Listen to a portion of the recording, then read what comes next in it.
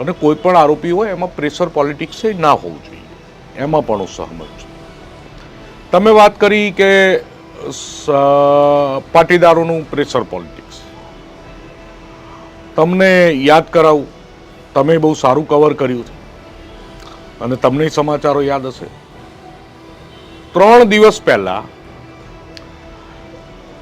બગદાણાનો પ્રશ્ન બન્યો, હીરા સોલંકી આવે તે કે હું ગાંધીનગર પહોંચું એ પહેલા પીઆઈની બદલી, સોમવારે હું પહોંચું એ પહેલા બદલી થઈ જવી જોઈએ. એની જગ્યાએ બગદાણા છોડે એ પહેલા બદલી થઈ જાય. તો હું પાટીદારોને એ કહું છું, હું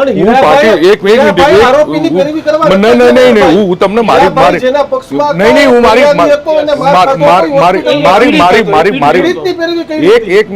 વાત જ પૂરી કરવા માંગુ છું. મને વાત પૂરી કરવા દો, પછી તમે કહો. એ બગદાણાની બહાર નીકળે એ પહેલા પીઆઈ ની બદલી થઈ જાય. પછી પુરુષોત્તમ સોલંકી ને હીરા સોલંકી ગાંધીનગર આવે છે સોમવારે, 20 મિનિટમાં એ પીડિત માટે એસઆઈટીની રચના થઈ જાય છે. આ કહેવાય પ્રેશર પોલિટિક્સ અને પ્રેશર પોલિટિક્સનું રિઝલ્ટ. સામે પક્ષે બીજી વાત તમે કરી પાટીદારો તો બિચારા દર્દનાક સ્થિતિમાં છે. ગોંડલમાં પટેલના દીકરાને માર પડ્યો, તમે જ કવર કર્યું હતું, મેં તમારી ચેનલમાં ઇન્ટરવ્યુ આપ્યું હતું અને મોસ્ટ વાયરલ ઇન્ટરવ્યુ છે એ મારું.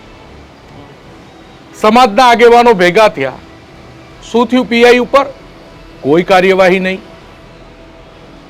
સરકારને પાટીદારોની ચિંતન શિબિર કરી, 390 જેટલા આંદોલનકારી મળ્યા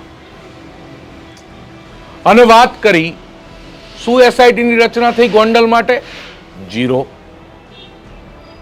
પ્રેશર પોલિટિક્સ બધા કરે અને દરેક સમાજે કરવું જોઈએ. પ્રેશર પોલિટિક્સ સાચું છે ખોટું છે એ તો સમય, પ્રજા, કોર્ટ, તમારા જેવા મીડિયા બધા નક્કી કરશે. આ નક્કી કરશે.